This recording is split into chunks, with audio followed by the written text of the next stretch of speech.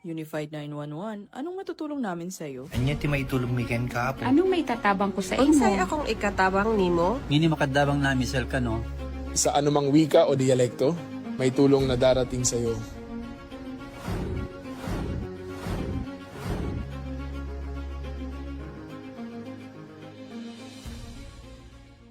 Lilingkod sa bawat Pilipino at magbibigay ng tamang impormasyon para sa tahimik at maayos na Pilipinas. Police News Network, alagad ng batas, tagapagtaguyod ng balitang pulis, sandigan ng mamamayan, patnubay ng katotohanan. La Campo Crame, maghahatid ng pinakahuling kaganapan at nagbabagang balita. Ito ang PNN Police News Network. At ngayon, ang inyong mga tagapagbalita. Magandang araw, bagong Pilipinas. Ako ang inyong alagad ng batas, tagataguyod ng Balitang Pulis, Patrolman Adrian Deao. Maghahatid sa inyo ng tamang balita, kwento ng pulis at serbisyo para sa mamamayan, at ito ang PNP News Online. Ang pangunahing balita ng Police News Network, alagad ng batas, tagataguyod ng Balitang Pulis.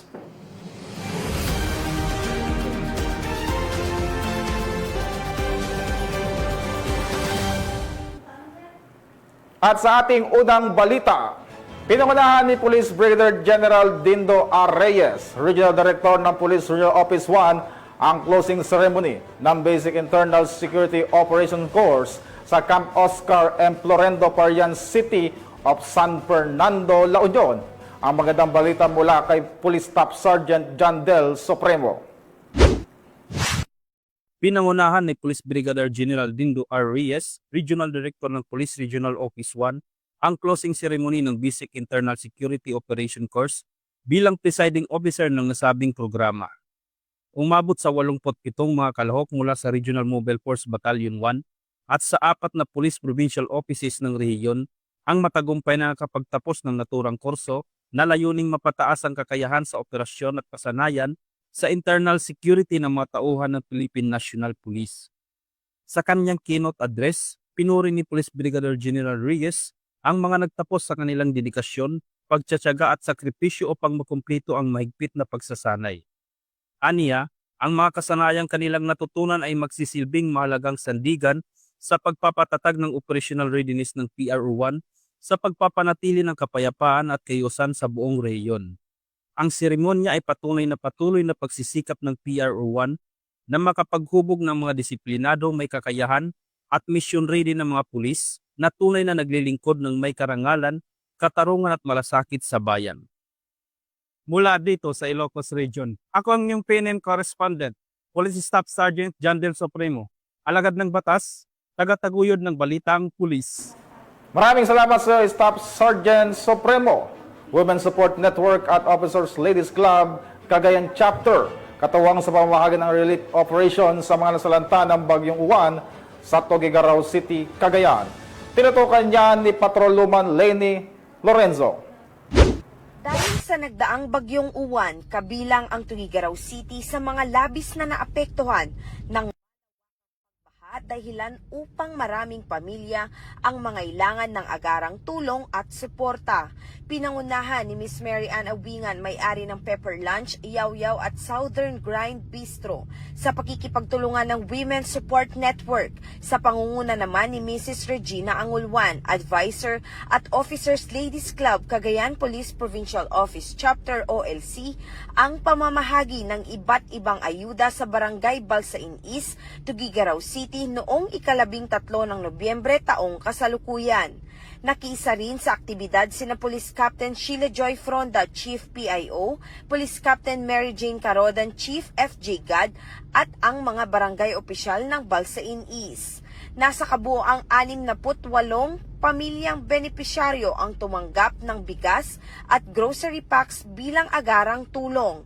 Bukod dito na bahagi rin si Miss Mary Ann Awingan ng cash assistance sa mahigit 50 batang residente bilang bahagi ng kanyang personal na inisyatiba upang maghatid ng ginhawa at saya sa mga kabataan. Patuloy ang pagpapatupad ng mga makataong inisyatiba ng WSN at ang OLC Cagayan Chapter upang matulungan ang mga pamilyang higit na nangangailangan.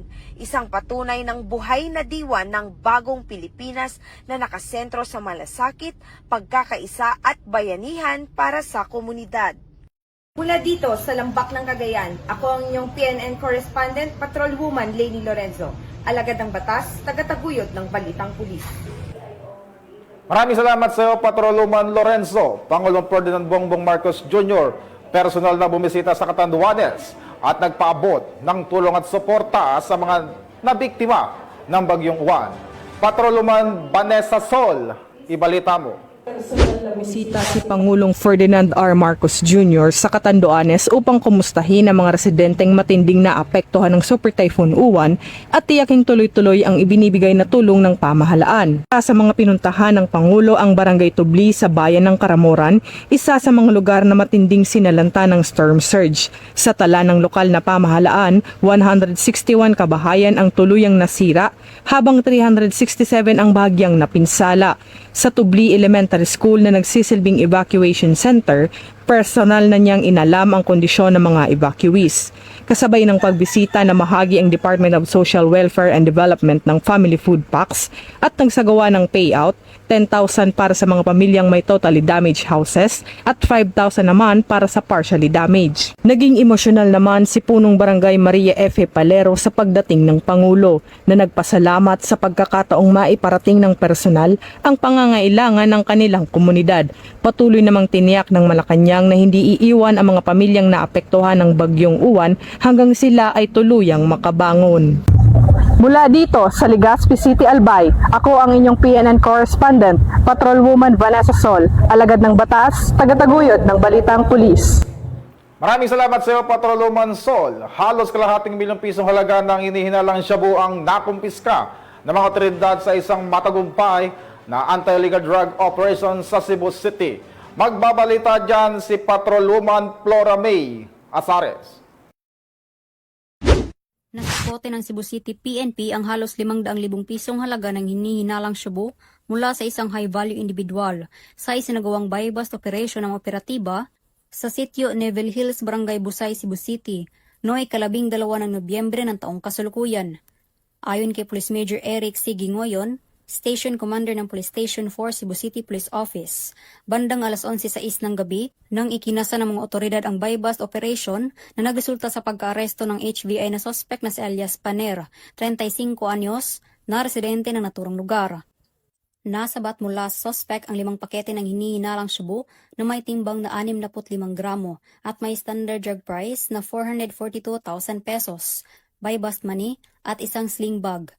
Samantala, kasalukuyang nakapiit sa Mabolo Police Station 4 ang suspect at mahaharap sa kasong paglabag sa Section 5 at 11 ng Republic Act 9165 o Comprehensive Dangerous Drugs Act of 2002.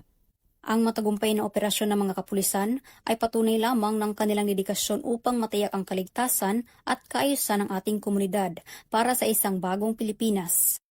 Mula dito sa Cebu City, ako ay inyong Police News Network correspondent, Patrolwoman Flora May Azares, alagad ng batas, tagataguyod ng Balitang Pulis.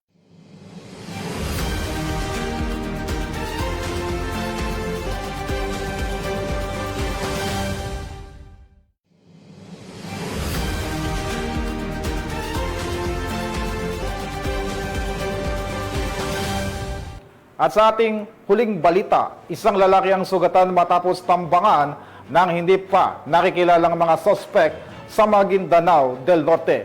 Magbabalita dyan si Patrolwoman Judy Ann Alibo.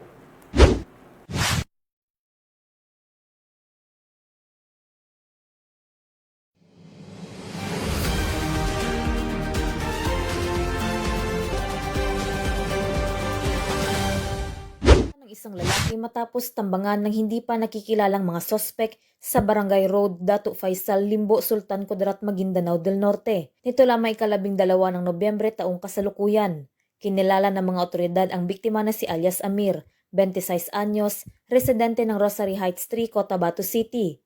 Ayon sa ulat ng Sultan Kudarat Municipal Police Station, minamaneho umano ng biktima ang isang Toyota Hilux pickup nang bigla siyang tinambangan at pinaulanan ng bala ng mga sospek.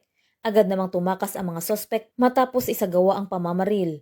Maswerteng nakaligtas ang biktima at nagtamo lamang ito ng sugat mula sa tama ng bala ng baril. Sa isinagawang investigasyon ng naturang istasyon, 17 basyo ang narecover sa pinangyarihan ng krimen. Patuloy naman ang isinasagawang hot pursuit operation at investigasyon ng mga otoridad upang matukoy ang pagkakakilanlan ng mga sospek at ang motibo sa likod ng pamamaril. Mula rito sa Riyon ng Bangsamoro, ako ang inyong PNN correspondent, Patrolwoman Judy Ann Alibo, alagad ng batas, tagataguyod ng Balitang Pulis. Maraming salamat sa iyo, Patrolwoman Alibo. At mga ka-PNN, 41 days na lang, Pasko na.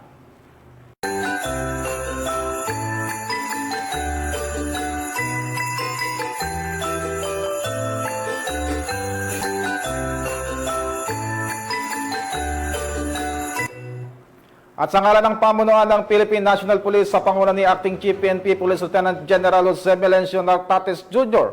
at sa pamumuno ni President Ferdinand Bongbong Marcos Jr., kami ay maglilingkod sa bawat Pilipino at magbibigay ng tama at balanseng balita.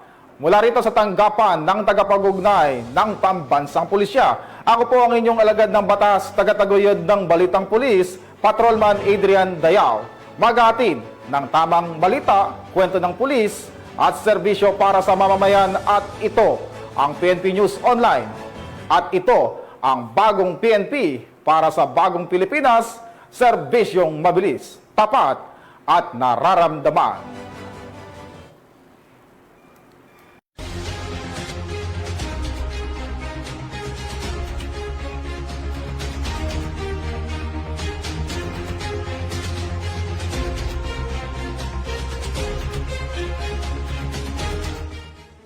Police News Network, alagad ng batas, tagapagtaguyod ng balitang pulis.